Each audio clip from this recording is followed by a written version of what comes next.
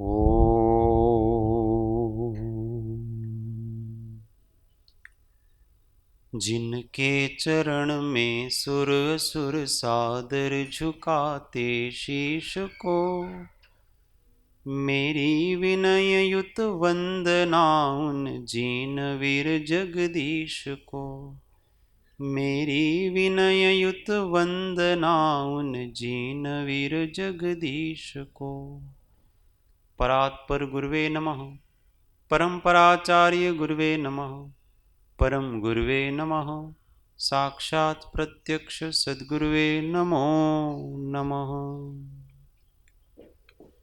अनंत अनंत भाव भेद थी भरेली भली, अनंत अनंत नय निक्षेपे व्याख्यानी छे। सकल जगत हित कारिणी हारिणी मोह तारिणी भवाब्धि मोक्ष चारिणी प्रवाणी छे। उपमा आप्यानी जेने तमारा खविते व्यर्थ, आपवाथी निज मति मपाई में मानी छे। अहो राज चंद्र बाळ ख्याल नथी पामताय, जिनेश्वर तणी जाणी तेणे जाणी छे। गुरुराज तणी जाणी तेणे जाणी छे। ओ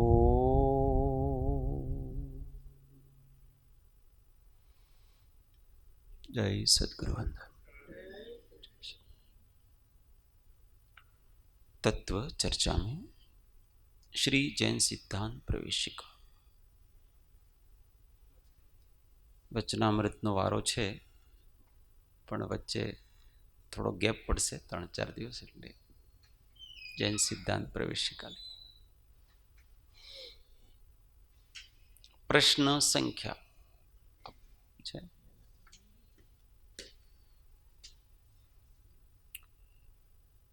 149, 149। मोहनीय कर्म किसको कहते हैं? मोहनीय कर्म कोने कहे छे?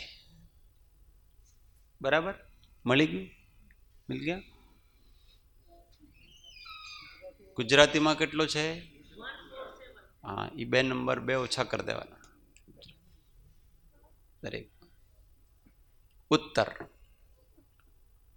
जो आत्मा के सम्यक्त्व और चारित्र गुण को घाते उसको मोहनीय कर्म कहते हैं। उत्तर, जो आत्मा के सम्यक्त्व और चारित्र गुण को घाते उसको मोहनीय कर्म कहते हैं। वैसे मोहनीय, मोह में दोनों आ जाता है, दर्शन मोह और चारित्र मोह।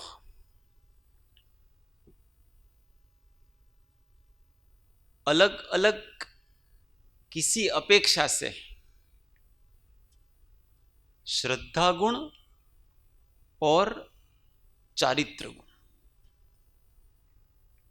पर उसको आवृत करने वाला कर्म एक ही है और उसका नाम मोहनी है।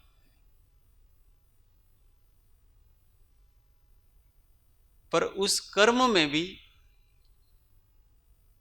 2 जाति के कर्म है, एक श्रद्धा को आवृत करने वाला और एक चारित्र को आवृत करना। थोड़ा समझने जैसी वस्तु। श्रद्धा के अनुसार ही चारित्र बनता है। इसलिए किसी अपेक्षा से श्रद्धा भी चारित्र का ही अंश है, क्योंकि श्रद्धा के बिना चारित्र होता नहीं, किसी काल में नहीं होता। चारित्र के बिना श्रद्धा हो सकती है? हो सकती है? नहीं हो सकती। चारित्र के बिना भी श्रद्धा नहीं हो सकती, और श्रद्धा के बिना, इसलिए दोनों को आवृत करने वाला कर्म है। अकेली श्रद्धा कभी होती ही नहीं है। किसी भी काल में सम्यक्त्व अकेला होगा ही नहीं अगर उसके पास चारित्र नहीं।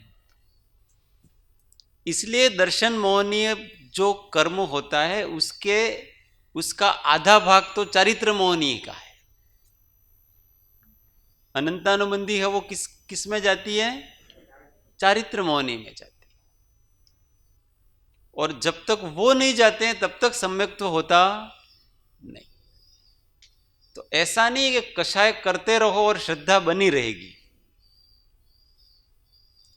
ऐसा नहीं है कि कषाय तो कैसी भी करो आप। कषाय चारित्र मोहनी के अंतर्गत आता है, राग द्वेष क्रोध मान माया लोभ काम आदि। और श्रद्धा में ये ऐसा है, इस प्रकार का विश्वास। तो विश्वास का कषाय के साथ संबंध है। अगर तीव्र कषाय है तो आपको सच्ची बात पर विश्वास होगा ही नहीं। आपको सच्ची बात पर विश्वास करने के लिए भी आपको थोड़ा सा ठंडा होना पड़ेगा। ऐसे कहना, ठंडा दिमाग थी तमे विचारो तो तमने एना ऊपर विश्वास थसे। अपन कहते कि नहीं कहते, भाई अभी मेरे को समझ में नहीं आ रहा, ठंडे दिमाग से सोचो, तब तुमको समझ में आएगा और तभी तुमको विश्वास होगा। उसके लिए एक अमुक जात की ठंडक चाहिए। ठंडक का मतलब कषायों की मंदता, इसका नाम ठंडक कहलाती। अब आत्मसिद्धि शास्त्र लिखा, उस आत्मसिद्धि शास्त्र में पूर्व की जो 42 गाथाएं, 42 गाथा, वो गाथा है, वो वास्तव में क्या है? वो सब दिमाग ठंडा करने की है। अर्थात कषायों को मंद करने की है। जब दिमाग ठंडा होगा तब जाकर के क्या समझ में आएगा? सिद्धांत समझ में आएगा, 6 पद समझ में आएगा। आत्मा है, आत्मा करता है, आत्मा भोगता। ये समझ में कब आएगा व्यक्ति को? विश्वास कब होगा इसका? जब पूर्व की जो 42 गाथाओं में मतार्थीपना त्यागने के लिए कहा है, आत्मार्थीपना ग्रहण करने के लिए कहा है, ये सब आएगा। ये सब उसकी पूर्व भूमिका है और ये सब चारित्र को लगती हुई बातें, सारी बात। तो आपको श्रद्धा करानी है, परंतु किसको तुड़वा रहे हैं? वो चारित्र मोह को तुड़वा रहे हैं। वो टूटेगा तो आपको श्रद्धा होगी, और श्रद्धा होगी तो वो टूटेगा। अरसपरस दोनों। इसलिए श्रद्धा के बिना चारित्र नहीं है, चारित्र के बिना श्रद्धा नहीं है। इसलिए दोनों को आवृत करने वाला कर्म एक है और उसका नाम है मोहनीय कर्म। इसलिए परिभाषा में नाम तो इतना ही दिया, मोहनीय कर्म किसको कहते हैं, और काम क्या बताया उसके? जो आत्मा के सम्यक्त्व और चारित्र गुण को घाते। बोले ये मोहनीय कर्म दोनों कर्मों को घातता है। मिथ्यात्व है वो कषाय को बढ़ाता है, और कषाय है वो मिथ्यात्व को बढ़ाती है कि नहीं बढ़ाती?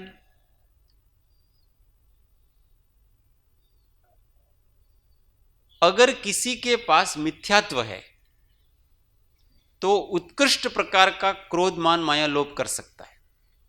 कितना उत्कृष्ट प्रकार का कर सकता है? तो उत्कृष्ट स्थिति कितनी बनती है जीव की? 70 कोड़ा कोड़ी। और वो 70 कोड़ा कोड़ी कब हो सकता है?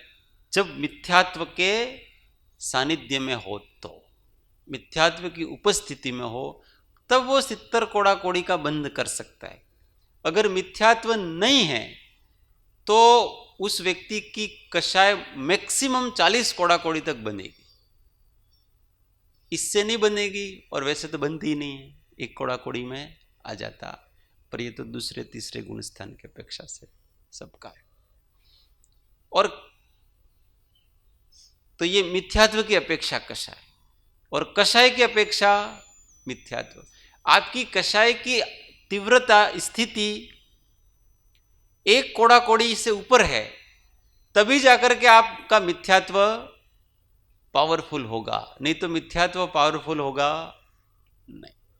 दोनों एक दूसरे से प्रभावित हैं, इसलिए दोनों को घात करने वाला कर्म भी एक प्रकार का ही है, वो मोहनीय ही है। वास्तव में श्रद्धा है क्या?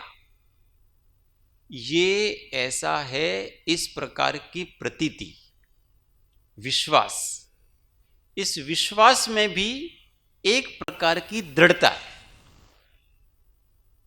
इसलिए वो चारित्र का अंश है। देखो,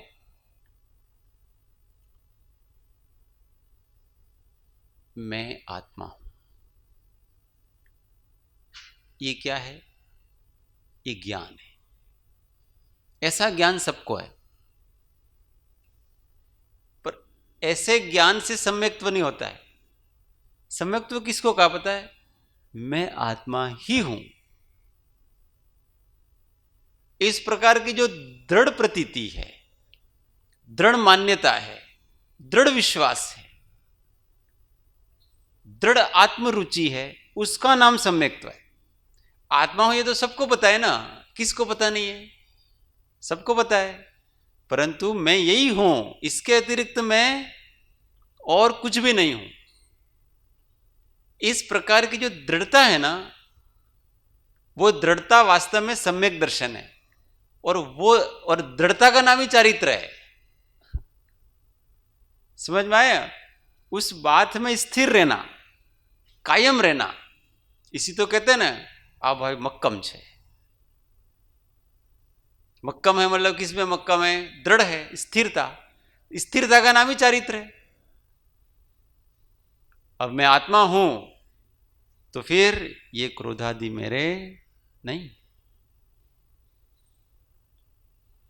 ऐसी दृढ़ता वहां भी आएगी तो धीमे धीमे कषाय मंद पड़ेगी। अब कषाय मंद नहीं पड़ रही है और आपको बाकी सब चीजों का बहुत सारा श्रद्धान है, जैसे देवशास्त्र गुरु का श्रद्धान, 7 तत्वों को अच्छी तरह से जानते हो, और भी मैं आत्मा हूं वगैरह, ये सारा ज्ञान है, परंतु वहां कषाय पतली नहीं पड़ रही है, तो वास्तव में वो श्रद्धान यथार्थ श्रद्धान नहीं है। क्योंकि ये सब चीजों तो किसके लिए थी? विश्वास, श्रद्धा किसके लिए थी? कषायों को कम करने के लिए, वितराग होने के लिए थी। परंतु वहां तो बिल्कुल राग और द्वेष कम पड़ ही नहीं रहे हैं। इसका अर्थ यह है कि आपको तथारूप श्रद्धा नहीं है, इसलिए राग द्वेष कम पड़ रहे नहीं। भले तो यथार्थ देवगुरु को मानता हो, भला तो जिनवाणी रोज पढ़ता हो, परंतु उसकी वृत्ति है वो वैसी की वैसी बनी हुई है। इसका मतलब उसको अभी तथारूप तत्वों में विश्वास हुआ, ज्ञान तो हुआ परंतु विश्वास नहीं हुआ। और जैसे ही हमको विश्वास हो जाता है तो अपने आप उसकी तरफ अपनी रुचि बनती है, उसकी तरफ अपना आचरण वैसा ढलता जाता। इसलिए कोई कहे कि मैं सम्यक दृष्टि हूं पर मेरा आचरण तो कैसा भी आचरण वाला सम्यक दृष्टि होता नहीं है, उसके अंदर चारित्र का अंश आना ही चाहिए। अगर चारित्र का अंश नहीं है तो उसके सम्यक्त्व पर प्रश्न चिन्ह है ना। मने तो श्रद्धा तो बराबर छे पण माराथी રહેવાતું નથી। वो રહેવાતું નથી वो यही है कि आपकी श्रद्धा भी बराबर नहीं है ही नहीं, एकता। इसलिए कर्म एक कहा और 2 गुण को वो घातता है। हाँ अपने प्रश्न છે।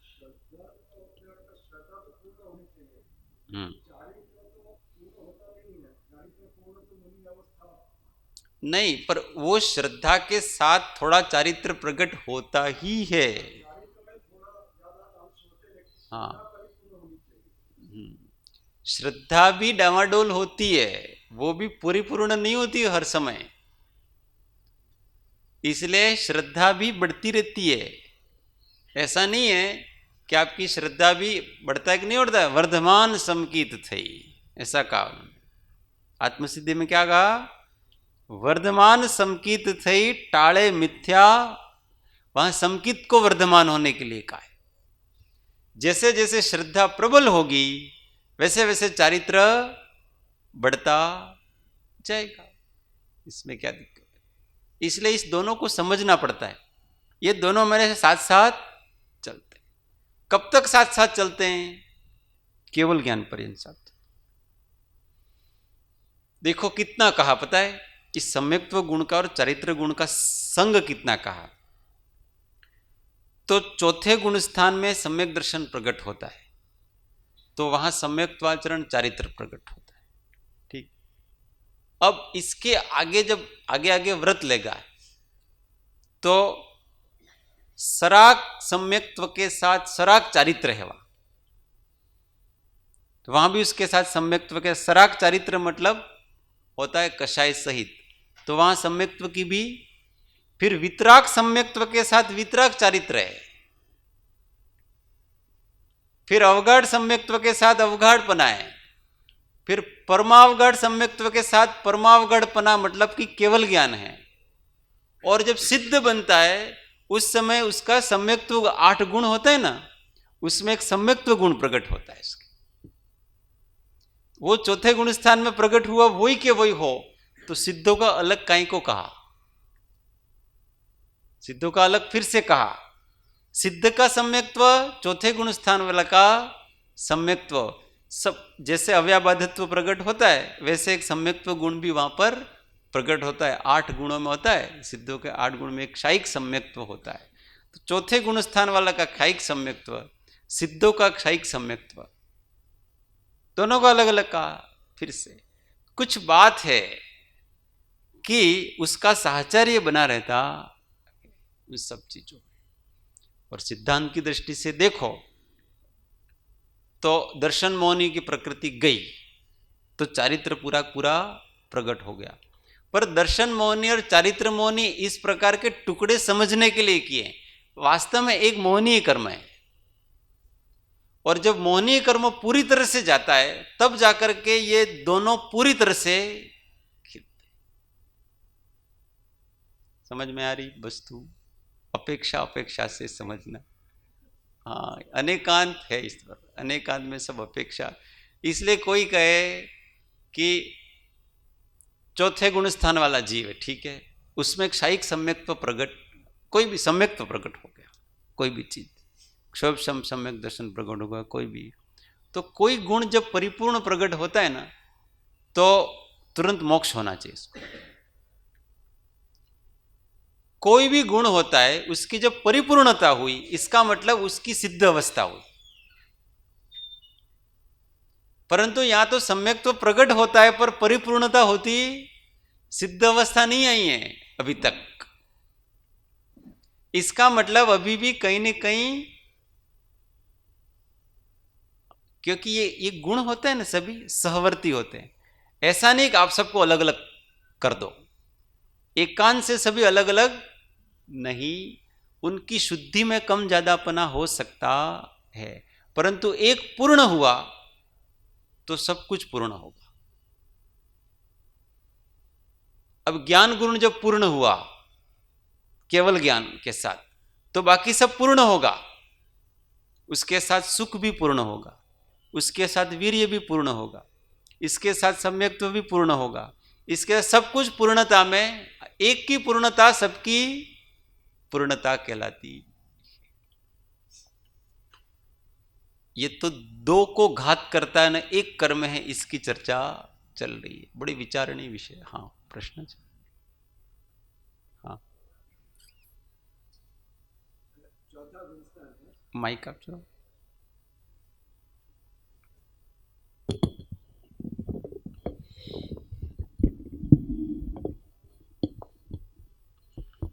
ओम।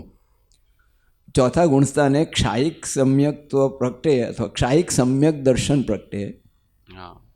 અને 13મા ગુણસ્થાનનું ક્ષાયિક સમ્યક દર્શન હોય તો એ બેમાં એ ગુણમાં ફેર ખરો કે નહીં? वास्तव में क्या है कि जब आवृत करने वाला कर्म एक है तो उस गुण में भी मिलावट है। समझ में आए? जैसे उपयोग एक गुण है, उसके दो भाग किए हमने,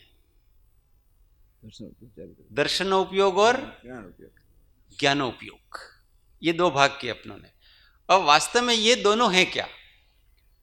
पदार्थ को ग्रहण करने की जो शक्ति है इसी का नाम उपयोग है। अब एक क्या करता है? सामान्य ग्रहण करता है, एक क्या करता है? विशेष ग्रहण करता है।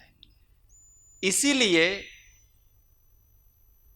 उन दोनों को एक कह दिया उपयोग अथवा चैतन्य, क्योंकि ये दोनों का वास्तव में काम एक है।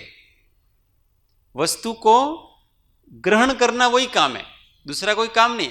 एक सामान्य रूप से ग्रहण करता है, एक विशेष रूप से ग्रहण करता है। अब इसी प्रकार से आप इसको ले, श्रद्धा और अब मोहनीय कर्म है। एक दर्शन मोहनीय क्या काम करता है कि पदार्थ में भ्रम उत्पन्न करता है। चारित्र मोहनीय क्या करता है कि उसमें राग द्वेष पैदा करता है। अब इन दोनों का कारण कार्य संबंध है। भ्रम कारण है, राग द्वेष कार्य है। पर ये हो वही रहा है, इसी की पूर्व अवस्था है। जो भ्रम है वो राग द्वेष की ही पूर्व अवस्था है, क्योंकि भ्रम पूर्वक ही राग द्वेष होते हैं। अगर भ्रम नहीं है तो राग द्वेष होगा नहीं। जहां जहां आपको थोड़ा सा भी भ्रम है वहां वहां राग द्वेष की उत्पत्ति होती है, नहीं तो राग द्वेष की उत्पत्ति होगी नहीं। अब सम्यक दृष्टि को देखो, सम्यक दृष्टि को भी भ्रम उत्पन्न होता है, इसलिए राग द्वेष करता है। क्यों? क्योंकि ये जो चारित्र आवरण है, वो चारित्र का आवरण जब मोहनी ज्यादा अधिक बढ़ जाता है तो उसको पता नहीं पड़ता है कि मुझे क्या करना चाहिए और क्या नहीं करना चाहिए। इसीलिए वो अपने स्वरूप को होता है कि जो जागृति है वो मंद पड़ जाती है उसकी, और मंद पड़ जाती है तो सम्यक दृष्टि भी विचित्र चेष्टा करता है। कषाय कर लेता है, रो भी लेता है, कभी हंस लेता है, कभी लड़ाई कर लेता है, कभी क्या क्या कर लेता है वो व्यक्ति। क्यों? पता है, उसकी अभी पूर्ण जागृति नहीं बन रही है। किस कारण से नहीं बन रही है? ये चारित्र मोह का उदय उसके इतना है तो उसमें भ्रम पैदा करा रहा है।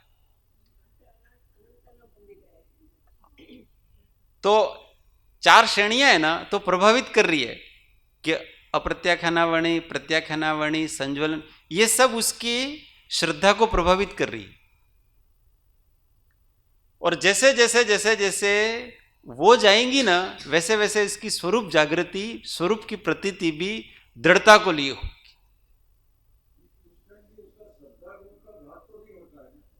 यही तो बता रहे हैं कि ये मोहनी कर्म करता क्या है। आपकी श्रद्धा वैसी की वैसी बनी हुई है और जरा भी उसमें न्यूनाधिकपना नहीं आए तो आपकी श्रद्धा में बार बार डावाडोल होता क्यों है? आप ये कम ज्यादापना क्यों कर रहे हैं? कभी क्रोध कम हो जाता है, कभी कम मान हो जाता है। इसका मतलब ये है कि उसका प्रकाश है वो कम ज्यादा होता रहता है। जैसे हम अभी आप सम्यक्त्व श्रद्धा गुण का चिंतन कर रहे हैं, उपयोगात्मक जागृति है आपकी, उस समय क्रोध मान माया रूप नहीं कर सकते। अगर आपको विश्वास है, आप चिंतन में हैं। क्यों? क्योंकि आपकी प्रतीति है वो पूर्ण प्रकाश में। उस समय जब प्रतीति पूर्ण प्रकाश में होती है तो क्रोध मान माया रूप हो सकते हैं। अब आप में मध्यमता पड़ेगी। अब धीमे धीमे वो जाता तो नहीं है, वो जाता, क्योंकि हर एक गुण होता है ना, उसके अनंत अविभाग प्रतिच्छेद होते हैं, उसमें हानि वृद्धि होती रहती है। तो ये कम ज्यादापना होता रहता है उसका, और इस कारण से उसका प्रभाव डालता। अब देखो आगम में आता है ना, हाँ, अब वो राम भगवान का उदाहरण लो, उन्होंने बताया कि 6 महीने तक कोई मृत देह को लेकर के कैसे चल सकता है।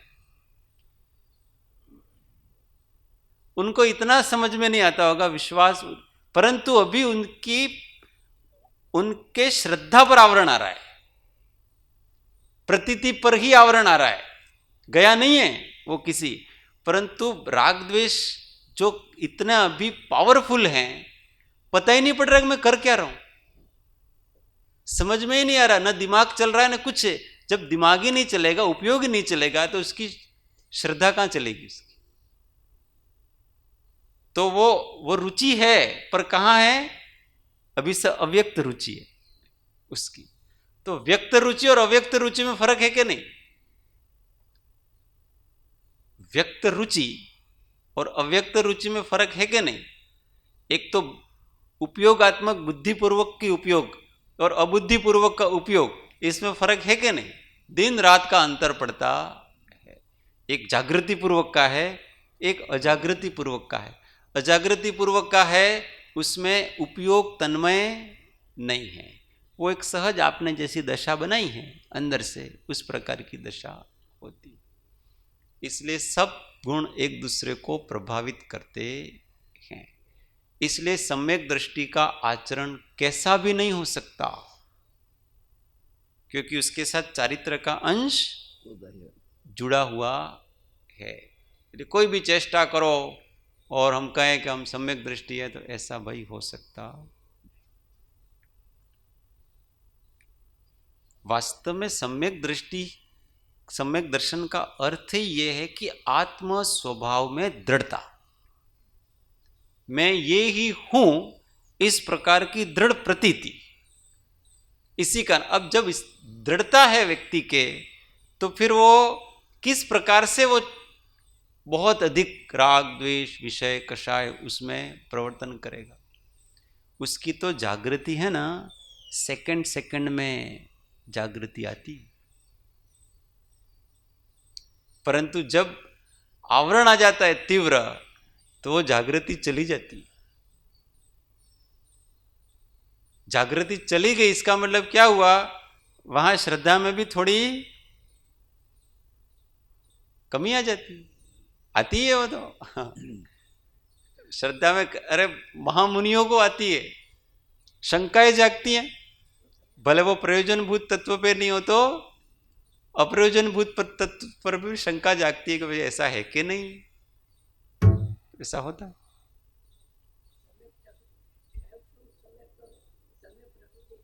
सम्यक प्रकृति का उदय होता तो चल बल अगाढ़ इत्यादि दोष होते हैं। और क्षायिक सम्यक्त्व भी अभी अन्य गुणों से, अन्य गुणों की पूर्णता नहीं हुई है, इसलिए वो प्रभावित है। क्योंकि एक तो तत्वों को स्पष्ट प्रत्यक्ष रूप से देखकर जो प्रतीति होती है, और एक परोक्ष रूप से जो प्रतीति होती है, उन दोनों में अंतर पड़ेगा कि नहीं पड़ेगा? अंतर पड़ेगा।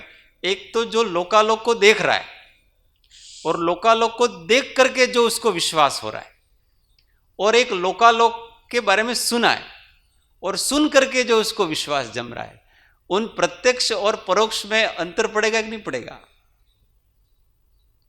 यहां सम्यक दर्शन को वास्तव में प्रयोजनभूत तत्व को जानना, इसी का नाम सम्यक्त्व है। इस अपेक्षा से तो कोई फर्क नहीं पड़ता है, क्योंकि प्रयोजनभूत तत्व है वो तो थोड़ा सा ही है। एक लक्षण को जान लिया, सब जीवों को जान लिया, एक लक्षण को जान लिया, सब पुद्गलों को जान लिया, उस अपेक्षा से तो कोई फर्क पड़ता, परंतु फिर भी प्रत्यक्ष और परोक्ष का महान भेद पड़ता है। इसलिए तो परमावगाढ़ सम्यक्त्व, जब केवल ज्ञान प्रकट होता है तो क्या होता है? परमावगाढ़ सम्यक्त्व। क्यों? क्योंकि वो परोक्ष प्रत्यक्ष सब कुछ देख रहा है, तो उसकी प्रतीति उस प्रकार से है। ज्ञान के साथ वो दर्शन गुण का भी इस प्रकार से जान लेना चाहिए। प्रश्न એટલે કર્ણાનુયોગથી જોઈએ તો અને ક્ષાયિક સમ્યક્તોની અવસ્થા વિચારીએ તો કર્ણાનુયોગથી તો 7 એટલે 3 દર્શન મોહનીય અને 4 અનંતાનુબંધી એનો તો નાશ જ થઈ જાય છે, બરાબર? ક્યાંય છે જ નહીં. એ તો હજી બાકીનો ચારિત્ર મોહનીયની બાકી છે, એના કારણે એમને રાગ દ્વેષ તો ચાલવાના, ભલે અમુક बुद्धिपूर्वक हो। दो भाग नहीं करो, मोहनीय ऐसा कहो तो भी मोहनीय बाकी है उसका। हाँ, बाकी मोहनीय बाकी है। हाँ, तो वो चारित्र बाकी है। हाँ, लेकिन जो श्रद्धा है तो श्रद्धा तो उनकी पूरी हो गई, क्योंकि दर्शन मोहनीय का पूरा आत्यंतिक अभाव हो गया है। तो ये भी अपेक्षा से समझने का है। यही तो अपने बात चली कि श्रद्धा भी पूरी हो गई, तो कर्म जाने की अपेक्षा से तो श्रद्धा उसकी प्रयोजनभूत तत्वों में अब उसकी कभी भी कोई भी प्रॉब्लम आएगी नहीं, परंतु वहाँ भी प्रत्यक्ष और परोक्ष का भेद पड़ जाता है।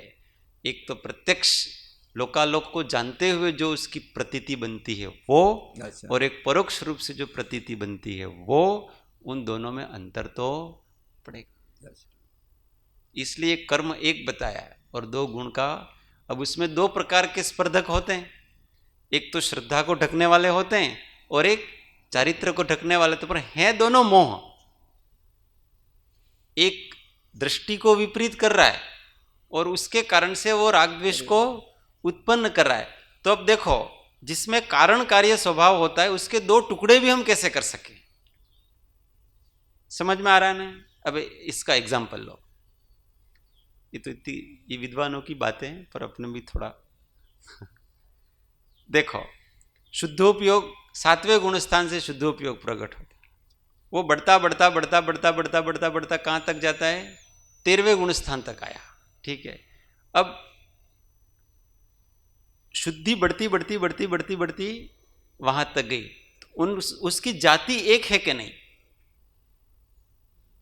जाति एक है कि नहीं? वो 7वें गुण स्थान में जो शुद्धोपयोग की जाति थी उसी में विशुद्धि होती होती होती होती होती होती केवल ज्ञान में पूर्ण शुद्धोपयोग हो गया। अब पहले का शुद्धोपयोग है, पूर्ववर्ती शुद्धोपयोग है, वो उत्तरवर्ती शुद्धोपयोग का कारण है। अब 7वां गुण स्थान है वो 8वें गुण स्थान का कारण है, 8वां गुण स्थान है वो 9वें गुण स्थान का कारण है। उसी प्रकार से इसमें कार्य कारण, क्योंकि पूर्ववर्ती पर्याय है वो उत्तरवर्ती पर्याय का कारण है, और इस कारण से इसमें जाति भेद नहीं मान सकते आप कि उसमें उस जाति में कोई अंतर नहीं है। शुद्धोपयोग की जाति वो एक एक चल रही है, पर उस जाति में ही विशुद्धि हो रही है। अब आप उसको घटाओ, इसमें घटाओ, श्रद्धा में घटाओ कि भ्रम है। राग द्वेष की उत्पत्ति का कारण क्या है? भ्रम। भ्रम के बिना राग द्वेष होते नहीं है। अब वो भ्रम हुआ आपको, तो भ्रम हुआ कारण और राग द्वेष हुए कार्य। अब कारण और कार्य में आप जाति भिन्नता कैसे करोगे? उस 2 जातियों को अलग नहीं कर सकते आप।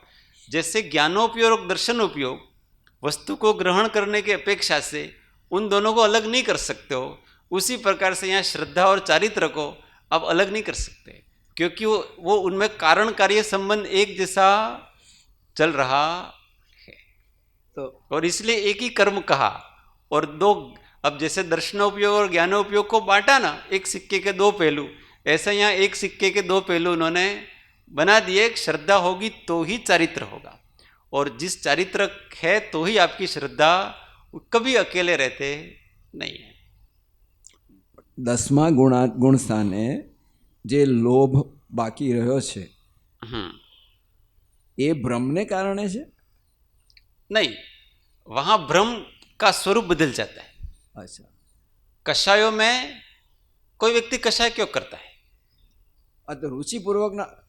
हाँ, પછી સ્વસંવેદન રૂપ સમ્યક્તો થયા પછી અને ક્ષાયિક સમ્યક્તો થયા પછી જે રાગદ્વેષ થાય એ તો બુદ્ધિપૂર્વકના કે રુચિપૂર્વકના રાગદ્વેષ નથી, એ તો કર્મના ઉદયથી થાય છે એ પ્રમાણે છે, બરાબર છે ને? दृष्टिपूर्वक के राग द्वेष नहीं है અચ્છા, वो तो, परंतु राग द्वेष तो है ना, और उस वो तो राग है, द्वेष फिर- के कारण से आत्मा मूढ़ता को प्राप्त होता है कि नहीं होता है? आत्मा वहां भी मूढ़ता को प्राप्त हो रहा है कि नहीं हो रहा है? आत्मा मूढ़ता को प्राप्त नहीं हो तो एक क्षण भी वो न राग कर सकता है ना द्वेष कर सकता है। विपरीत प्रवर्तन क्यों कर रहा है आत्मा? क्रोध क्यों कर रहा है? ये समझने की बात। मान क्यों कर रहा है? कहीं न कहीं अजागृत है, और जो स्वरूप की अजागृति है वो किसके कारण से? मोह के कारण से। इसलिए आप मोह में ऐसे भेद नहीं डाल सकते हो आप उसको कि ये है और ये है। ये समझने के लिए भेद डालें, कारण कार्य संबंध होता है। हर राग द्वेष की उत्पत्ति के पहले इष्ट अनिष्टपना होता है। किसी में भी इष्ट अनिष्टपना होता है। अब देखो, अब उसको आगे ले जाओ आप कि मुनि भोजन करते हैं, राग के बिना भोजन हो सकता है? राग के बिना भोजन नहीं हो सकता है। अब उसको और आगे ले जाओ, किस भोजन में इष्टपना है कि नहीं? भोजन में इष्टपना है कि नहीं? अपेक्षा से मानना ही पड़ेगा ना। इष्टपना अब किस में हो गया पता है? अब उनको शरीर की अपेक्षा से इष्टपना नहीं है, पर अब मुझे मुक्ति का साधन करना है। मुक्ति के साधन करने में शरीर अनिवार्य है, शरीर के लिए भोजन चाहिए, और इससे मैं मेरे रत्नत्रय की आराधना करूंगा, और इसके कारण से फिर मेरा मोक्ष होगा। तो वो इसको इष्ट मान करके ही भोजन कर रहा है, अनिष्ट मान कर तो भोजन कर रहा नहीं है। तो इष्ट अनिष्टपना है वो कहां से आया, किस में जाता है पता है? ये सब दर्शन में जाता है। श्रद्धा में वास्तव में दर्शन के कारण से, श्रद्धा के कारण से इस प्रकार से इष्ट अनिष्टपना पैदा होता है। तो भी उनकी श्रद्धा उसी प्रकार की है। और जब वीतराग हो जाएंगे, कुछ चाहिए नहीं ना, अपने लिए भी कुछ नहीं चाहिए, राग द्वेष को दूर ही नहीं करना है, तो मेरे लिए कोई इष्ट पदार्थ अभी तो है ही नहीं। न देव इष्ट हैं, न गुरु इष्ट हैं, कोई भी इष्ट रहे ही नहीं। ऐसा बहुत डीप में जाएंगे ना इन सब चीजों में, तो ये सब चीजें एक तार से जुड़ी हुई है।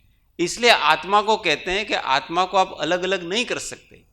ये तो हमने समझने के लिए अलग अलग प्रकार से कहा। जब डीपली जाएंगे तो हर एक गुण हर एक को प्रभावित करता है। ऐसा नहीं कि श्रद्धा आत्मा के अंदर अलग खेलती रहती है और किसी से कोई प्रभावित नहीं है, इस प्रकार का हो सकता। और अगर ऐसा है तो अगर एक गुण पूर्ण शुद्ध हो गया आपके, तो क्या होगा पता है? बाकी का सब उस पूर्ण आत्म स्वभाव प्रकट होता है, तो वहां अनंतता प्रकट होती है। और एक आत्म प्रदेश आपका अनंत रूप हो गया, एक गुण आपका अनंत रूप हो गया, तो बाकी सब अनंत होंगे कि नहीं होंगे? इसका हाँ, तो सम्यक्त्व में सब गुण आते हैं, इसका मतलब वहां अंश है। ये सम्यक्त्व गुण ये ना अलग प्रकार की वस्तु है, उसको आप मिल करके सापेक्ष समझेंगे ना तो उसको समझ में आता है। निरपेक्ष रूप से समझ, अगर उसको आप अलग कर दोगे ना, सम्यक्त्व गुण एक अलग गुण है आत्मा में इस प्रकार से, तो चौथे गुण स्थान में ही व्यक्ति अनंत मुक्ति का अनुभव करेगा। क्योंकि आत्मा का एक गुण शुद्ध हो गया पूर्ण रूप से, तो निश्चित रूप से गुण सहवर्ती होते, पर्याय क्रमवर्ती होती है, और गुण होते हैं वो सहवर्ती। अब सहवर्ती होते हैं, श्रद्धा आपकी पूर्ण शुद्ध हो गई, उसी समय आपका ज्ञान पूर्ण शुद्ध होना चाहिए, आपका चरित्र पूर्ण शुद्ध होना चाहिए, सब कुछ आपका पूर्ण शुद्ध होना चाहिए। परंतु यहाँ श्रद्धा को एक स्वतंत्र गुण नहीं मान करके उसको चारित्र के साथ जोड़ करके, और ऐसा कहा है कि जो दृष्टि में विपरीतता आती थी, तो जो प्रयोजनभूत तत्व में जो विपरीतता नहीं कराता है, इसका नाम सम्यक्त्व है।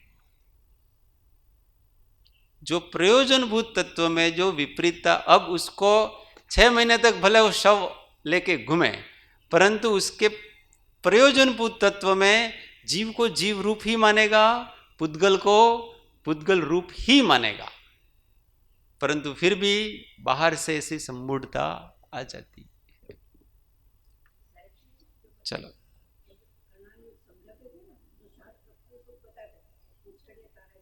हाँ वो तो है ही।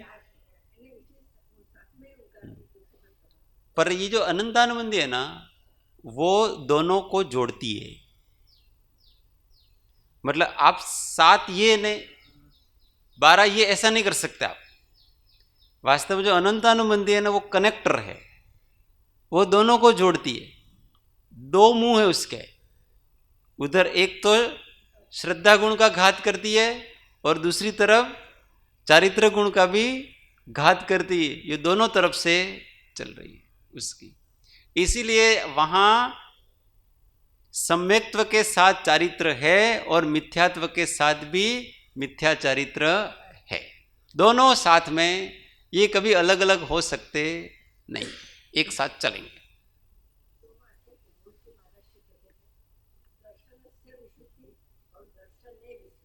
हाँ, दर्शन की विशुद्धि और दर्शन में विशुद्धि, दोनों चीजों को समझ।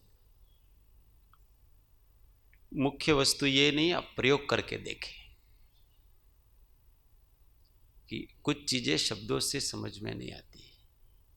हम प्रयोग करके देखें, जैसे जैसे हमारी रुचि बढ़ती है, विश्वास बढ़ता है, वैसे वैसे हमारे क्रोधादि कषाय कम हो ही जाते।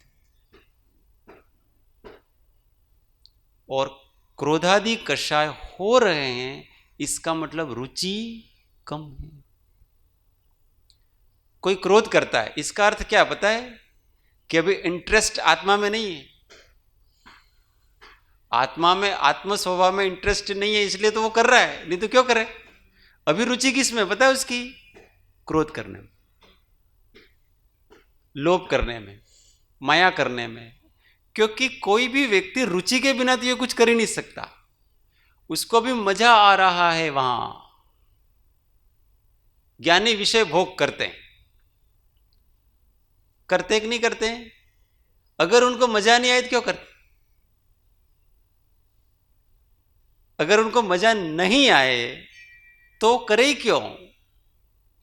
किसी को कोई दुख लगे तो दुख लगे ऐसा काम क्यों करे?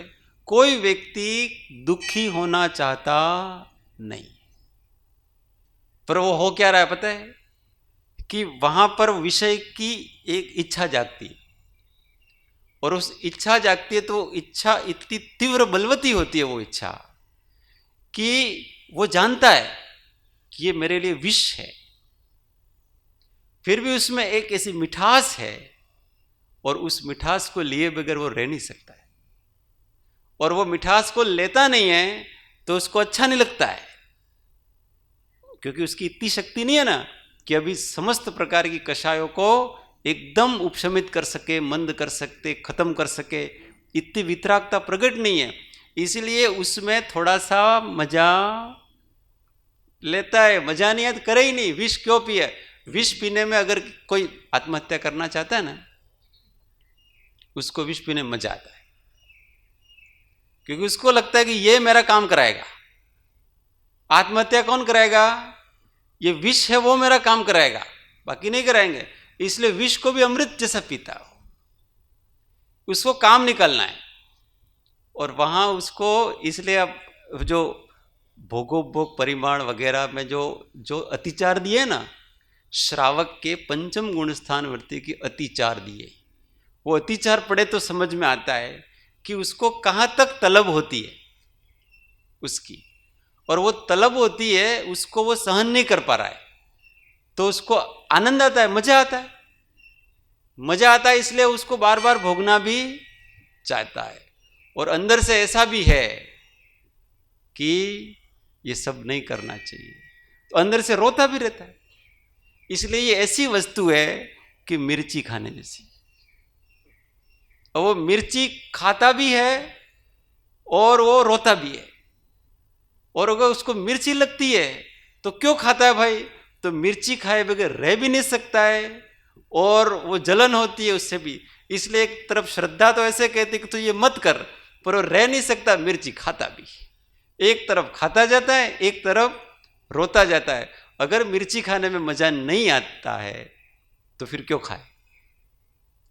परंतु वहां मजा उसको आता, उसको सुख बुद्धि नहीं है। सुख नहीं है ऐसा नहीं कहा। इंद्रियों के विषयों का ज्ञानी इंद्रियों का विषय सेवन करता है तो उससे उसको इंद्रिय सुख नहीं महसूस होता ऐसा नहीं कहा, परंतु उसमें उसकी सुख बुद्धि नहीं है।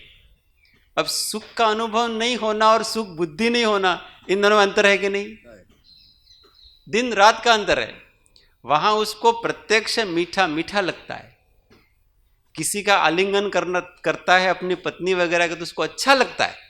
वहां स्पष्ट उसको सुखानुभूति, इंद्रिय जन्य सुख की अनुभूति वहां हो रही है, परंतु उसमें सुख बुद्धि नहीं।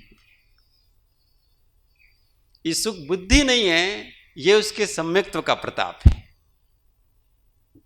और सुखानुभूति उसको हो रही है, वो इसके चारित्र मोहनी का प्रताप है। और वह ऐसे सब सब चीजों को जानना चाहिए। सॉरी, तो विषय ऐसा चल गया। ओ